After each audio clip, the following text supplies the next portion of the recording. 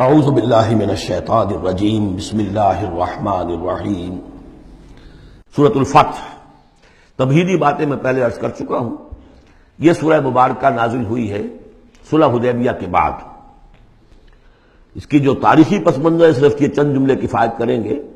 سن 5 میں غزوہ احزاب کے بعد یہ حضور نے صحابہ سے کہہ دیا تھا کہ اب قریش میں وہ دم نہیں رہا کہ اب دوبارہ وہ تم پر چڑھ کر آئیں اور حملہ کریں۔ لن تغزوکم قریش بعد عامکم ھذا ولکنکم تغزونہم۔ اب انیشیٹو تمہاری طرف سے ہوگا۔ وہ انیشیٹو حضور نے لیا ہے سن 6 میں۔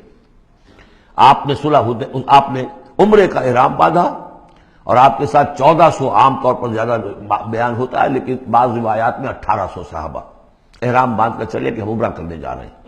یہ گویا کہ ایک ٹیسٹ تھا کہ اب قریش کرتے کیا ہے۔ آپ احرام کے لیے اپنی منزل بہ منزل کرتے ہوئے پہنچ گئے حدیبیہ تک، وہی جگہ جہاں پر کہ پھر صلح ہوئی۔ ادھر قریش کے لیے جو ہے ان کی جان پر بن گئی۔ پہلی بات تو یہ کہ ان کی روایات کے خلاف تھا کہ کوئی آئے عمرے کی نیت سے اور ان کو روک دے، یہ عرب کی روایت نہیں تھی۔ دوسرا یہ کہ اب اگر آنے دیتے ہیں اور مسلمان دندناتے ہوئے آئیں اس شہر کے اندر عمرہ کریں تو گویا کہ ان کی شکست ہو گئی۔ تو وہاں پر جو بھی ہوا تفصیلات کا تو موقع نہیں ہے۔ ایک طرف تو وہ تلے ہوئے تھے کہ جنگ کریں گے، اور جب حضرت عثمان کو حضور نے بھیجا ہے کچھ سلسلہ جنبانی کے لیے، وہاں ان کو روک لیا گیا، خبر مشہور ہو گئی کہ انہیں شہید کر دیا گیا۔ پھر حضور نے بیعت لی، وہ بیعت علی الموت کہلاتی ہے، بیعت علی لا نفر یا بیعت علی الموت، اور اس کا نام ہے بیعت رضوان۔ ایک درخت کے نیچے آپ تشریف فرما ہوئے اور سب نے آ کر آپ سے بیعت کی کہ اب یہاں جانیں دے دیں گے اپنی، سب ہم یہاں پر مرنے کے لیے تیار ہیں، جانیں قربان کر دیں گے، یہاں سے واپس نہیں جائیں گے۔ جب وہاں یہ خبریں پہنچی اور انہوں نے کچھ اور اندازہ کر لیا تھا کہ یہ تو بڑے سرفرے لوگ معلوم ہو رہے ہیں، ان میں سے کوئی جو ہے بھاگنے والا نظر نہیں آتا یہاں سے، تو پھر یہ ہے کہ وہ مجبور ہو گئے کہ اب کچھ صلح کریں۔ پھر صلح ہوئی، صلح حدیبیہ، لیکن وہ بڑی ان ایکول صلح تھی۔ اس میں مسلمانوں کے لیے ہیوملیشن تھی، اس لیے کہ یہ طے کر لیا گیا اس میں کہ اگر کوئی مسلمان مدینے سے واپس آئے مکے تو اسے مکے والے واپس نہیں کریں گے، لیکن اگر کوئی مکے سے مدینے جائے گا تو واپس کرنا ہوگا۔ اور وہاں پر ہو بھی یہ گیا۔ ابو جندل صحابی تھے جن کو کہ اسی نے جو کہ وہاں سے صلح کے لیے گفت و شریف کرنے کے لیے آیا تھا، سہیل بن عمرو، اس کا ہی بیٹا عین اس وقت وہ پہنچ گیا، لیکن صلح کے وہ کاغذات لکھے جا چکے تھے۔ اس نے معاملہ بچایا، مسلمانوں مجھے پھر قصائیوں کے حوالے کر رہے۔ حضور نے فرمایا کہ اب ابو جندل تم صبر کرو، جو وعدہ ہم کر چکے ہیں ہمیں اس کی پابندی کرنی ہے۔ بہرحال اس کو حضور نے، اگرچہ صحابہ تو اس درجے دلگیر تھے کہ ہم یہ دم کر صلح کیوں کر رہے ہیں۔ حضرت عمر رضی اللہ تعالیٰ عنہ سے تو بہرحال یہ بھی کہہ دیجئے کہ زیادہ قرب جو انہیں حاصل تھا حضور سے، اس کی بنا پر ان کی یہ ہمت ہو گئی کہ آپ نے وہ سوال جواب بھی کر لیا جس پر آپ پھر ساری عمر پچھتاتے رہے۔ کہ آپ نے پوچھا کہ کیا ہم حق پر نہیں ہیں؟ حضور نے فرمایا ہاں ہم حق پر ہیں۔ کیا آپ اللہ کے رسول نہیں ہیں؟ آپ نے مسکرا کر جواب دیا ہاں میں اللہ کا رسول ہوں۔ تو پھر ہم یہ کیوں دم کر صلح کر رہے ہیں؟ آپ نے فرمایا کہ میں وہی کر رہا ہوں جو اللہ نے مجھے حکم دیا۔ بس اتنی سی بات تھی جس پر ساری عمر پچھتائے۔ لیکن یہ بات حضرت علی نے بھی کر دی اس درجے میں کہ جب وہ صلح نامہ لکھا گیا، حضور ڈکٹیٹ کرا رہے تھے، حضرت علی کاتب تھے، لکھ رہے تھے، تو اب حضور نے فرمایا یہ صلح نامہ ہے، لکھو محمد رسول اللہ اور قریش کے مابین۔ وہ سہیل بن عمرو نے اعتراض کر دیا کہ نہیں، یہ اگر ہم اس میں لکھیں گے ظاہر بات ہے صلح نامے پر تو دونوں فریقوں کے دستخط ہوتے ہیں، تو میں دستخط کروں گا تو میں تو آپ کو اللہ کا رسول نہیں مانتا، ورنہ اس عبارت کی روح سے جب اس کے نیچے میرا بھی دستخط آئیں گے تو وہ میں نے مان لیا۔ تو حضور نے اس پر بھی مسکرا کر کہا کہ تم مانو نہ مانو میں اللہ کا رسول ہوں، لیکن اے علی مٹا دو یہ رسول اللہ کے لفظ، مٹا دو، وہاں سے لکھ دو یہ معاہدہ ہے محمد ابن عبداللہ اور قریش کے مابین۔ حضرت علی نے کہا کہ حضور یہ میں نہیں کر سکتا، میں اپنے ہاتھ سے آپ کے نام کے ساتھ لکھے ہوئے الفاظ، اب دیکھیے اگرچہ حکم تو یہ ہے کہ الامر فوق الادب، لیکن یہ کہ یہ جو بھی کچھ ہوا ہے تو یہ ہوا غیرت دینی، حمیت دینی کی وجہ سے۔ حضرت علی نے بھی کیا، حضرت عمر نے بھی کیا، دونوں کے طرز عمل میں کوئی فرق نہیں۔ لیکن بہرحال اس کے بعد جو ہے صلح ہوئی ہے، اور مسلمانوں کے دل اگرچہ اس پہ بہت ہی رنجیدہ تھے، اور یہ بات بھی بڑی عجیب تھی کہ وہی احرام کھول دیے گئے، وہی قربانی کے جانور جو ہیں، تو اب اس پر جو ہے یہ آیت سورت اتری ہے، اور پہلا لفظ یہ ہے انا فتحنا لک فتحا مبینا، مسلمانوں کی دلجوئی کے لیے کہ تم جسے سمجھ رہے ہو کہ دب کر صلح کی ہے، حقیقت حال کے اعتبار سے تو ہے محمد ہم نے آپ کو بڑی روشن فتح عطا فرمائی، آج ہم اسے انٹرپریٹ کر سکتے ہیں روشن فتح کس اعتبار سے کہ ٹریٹی کے معنی یہ ہے کہ مصالحت یا صلح ہوتی ہے دو فریقوں کے درمیان جو ایک دوسرے کو ریکگنائز کریں. اس کا مطلب یہ ہے کہ قریش نے ریکگنائز کر لیا that Muhammad is a power to reckon with, اور یہ بہت بڑی بات ہے. قریش نے تسلیم کیا، اور تسلیم کرنا جو ہے یہ اللہ تعالیٰ کی طرف سے فتح عظیم ہے.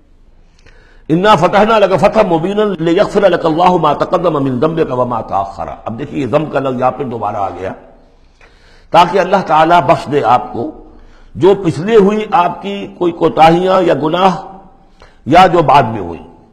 وَيُتِمَّ نِعْمَتَهُ، جو پیچھے رہے گناہ ان کو بھی بخش دے. وَيُتِمَّ نِعْمَتَهُ عَلَيْكَ، اور تاکہ اللہ تعالیٰ اپنی نعمت کا اتمام فرما دے آپ پر. وَيَهْدِيَكَ صِرَاطًا مُسْتَقِيمًا، اور آپ کو ہدایت دے سیدھے راہ کی طرف. اب یہ ہے پھر ایک اشکال پیدا ہوتا ہے کہ حضور صلی اللہ علیہ وسلم تو پہلے ہی سیدھی راہ پر ہیں، پھر یہ کہ تمام اہل ایمان حضور کے ساتھ سیدھی راہ پر چلے آ رہے ہیں، اور سیدھی راہ پر چلتے ہوئے اب اہل ایمان کو بھی حضرت ابوبکر کو بھی آپ کے ساتھ چلتے ہوئے کتنے برس ہو گئے؟ 18 برس ہو گئے. تو اب ان کے معنی کیا ہو گئے؟ تو اس پہ بہت سی بحثیں ہیں، یہ تو اب میں تفصیل میں نہیں جا سکتا. میری توجہ وہی ہے جو میں اس سے پہلے سورہ محمد میں کر چکا ہوں ضم کی، کہ یہ جو جد و جہد ہوئی ہے اس میں اگر کہیں کوئی خامی کوتاہی کسی کی طرف سے ہوئی ہے، چاہے وہ کسی اور مسلمان کی طرف سے ہوئی ہے، صاحب ایمان کی طرف سے ہوئی ہے، غلطی ہوئی ہے، خطا ہوئی ہے، ان سب کی اب اللہ تعالیٰ تلافی فرما دے گا. یہ فتح مبین جو ہے وہ ان سب کو کور کر جائے گی. اور یہدیہ کا صراط مستقیم، اب آپ کی یہ جہد بالکل سیدھی تیر کی طرح اپنے ہدف کی طرف بڑھے گی. اب اس میں کوئی جو ہے تزلزل نہیں ہوگا، بلکہ آپ کی یہ جد و جہد، اللہ کے دین کی اقامت کی جد و جہد اور اللہ کی حکومت قائم کرنے کی جد و جہد جو ہے سیدھی اپنے ہدف کی طرف بڑھتی چلی جائے گی. چنانچہ یتم نعمتہ، وہ تو ہم پڑھ چکے ہیں، الیوم اکملت لکم دینکم واتممت علیکم نعمتی ورضیت لکم الاسلام دینا. تو دین کا اتمام ایک تو اس شکل میں کہ قرآن میں دین مکمل ہو جائے، شریعت پوری ہو گئی، لیکن اس سے تکمیل نہیں ہوتی اس معنی میں جب تک اس کی ایک عملی ڈیمانسٹریشن بھی مکمل نہ ہو. عملی ڈیمانسٹریشن مکمل ہوتی ہے جب اللہ کی حکومت بالفعل قائم ہو جائے. تو اتمام نعمت جو ہے وہ صرف کتاب کے اندر اس شریعت کا پورا بیان ہو جانا اور نظام کا آ جانا، اس سے وہ اتمام بتمام و کمال نہیں ہوتا جب تک کہ اس کی ایک نشانی، اس کا ایک نمونہ جو ہے، اس کی ایک صورت لوگوں کے سامنے نہ آ جائے، آئیڈیل فارم اس کی جو ہے وہ سامنے نہ آ جائے، اس کا نمونہ سامنے آ جائے.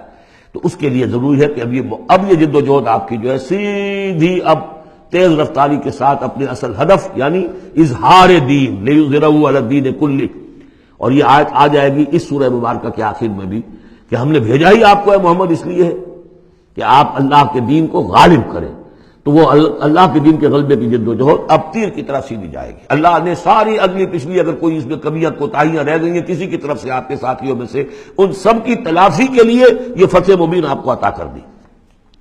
وَيَنْصُرَكَ اللَّهُ نَصْرًا عَزِيزًا، اور اللہ آپ کی مدد کرے گا ایسی مدد کہ جس کے لیے کوئی شکست نہ ہو، بڑی زبردست مدد.